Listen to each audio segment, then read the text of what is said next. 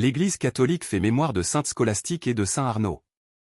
Sœur du grand saint Benoît, Scolastique est née à Nursie en Italie, au début du VIe siècle. Celle dont le prénom signifie qui reçoit l'enseignement eusephémonial à Pimariola, près du mont Cassin, la première abbaye fondée par son frère en 529. Entre Benoît et sa sœur, se manifestera une intense amitié spirituelle. Tous deux, bien que vivant en des monastères tout proches, ne se voyaient qu'une fois par an. Lors de leur dernière rencontre, Scolastique suppliait son frère de prolonger leur discussion. Benoît n'accepta pas. Sa sœur se mit en prière et bientôt un orage éclata, empêchant tout départ. Benoît lui dit, « Que as-tu fait ?» Elle lui répond, « Je t'ai prié de rester et tu as refusé, alors, je me suis adressé à Dieu et il m'a exaucé. » Ils prolongeront toute la nuit leur entretien spirituel et se quitteront à l'aube, ne devant plus se revoir sur cette terre. Scolastique mourut 3 jours après cette ultime rencontre. Elle fut ensevelie dans le tombeau que Benoît avait prévu pour lui-même. 4 ans plus tard, il la rejoindra. Au VIe siècle, leurs ossements seront transférés en l'abbaye de Fleury, aujourd'hui Saint-Benoît-sur-Loire près d'Orléans. Ils vécurent la paix des âmes fortes. Leur temps était bouleversé par des guerres et des dévastations. Ils eurent la grâce de la sérénité, servant Dieu avec une charité sans défaillance et goûtant la douceur de son amour. Saint Arnaud. Originaire d'une noble famille de Padoue, le jeune moine bénédictin Arnaud n'avait que 24 ans, lorsqu'il fut élu père abbé du monastère de Sainte-Justine.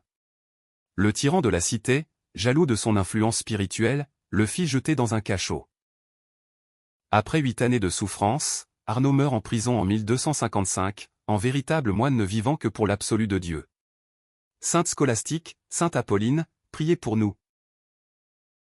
Évangile. Alléluia. Alléluia. Incline mon cœur vers tes exigences. Fais-moi la grâce de ta loi, Seigneur. Alléluia. Évangile de Jésus-Christ selon saint Marc. En ce temps-là, les pharisiens et quelques scribes, venus de Jérusalem, se réunissent auprès de Jésus et voient quelques-uns de ses disciples prendre leur repas avec des mains impures, c'est-à-dire non lavées. Les pharisiens en effet, comme tous les Juifs, se lavent toujours soigneusement les mains avant de manger, par attachement à la tradition des anciens. Et au retour du marché, ils ne mangent pas avant de s'être aspergés d'eau, et ils sont attachés encore par tradition à beaucoup d'autres pratiques. Lavage de coupes, de carafes et de plats. Alors les pharisiens et les scribes demandèrent à Jésus: Pourquoi tes disciples ne suivent-ils pas la tradition des anciens? Ils prennent leur repas avec des mains impures. Jésus leur répondit: Isaïe a bien prophétisé à votre sujet, hypocrite. Ainsi qu'il est écrit: Ce peuple m'honore des lèvres, mais son cœur est loin de moi. C'est en vain qu'ils me rendent un culte. Les doctrines qu'ils enseignent ne sont que des préceptes humains.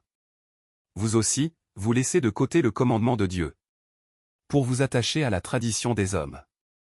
Il leur disait encore: Vous rejetez bel et bien le commandement de Dieu pour établir votre tradition. En effet, Moïse a dit: Honore ton père et ta mère. Et encore: Celui qui maudit son père ou sa mère sera mis à mort. Mais vous, vous dites: Supposons qu'un homme déclare à son père ou à sa mère: Les ressources qui m'auraient permis de t'aider son corban, c'est-à-dire dons réservés à Dieu. Alors vous ne l'autorisez plus à faire quoi que ce soit pour son père ou sa mère. Vous annulez ainsi la parole de Dieu par la tradition que vous transmettez. Et vous faites beaucoup de choses du même genre. Acclamons la parole de Dieu. Louange à toi Seigneur Jésus.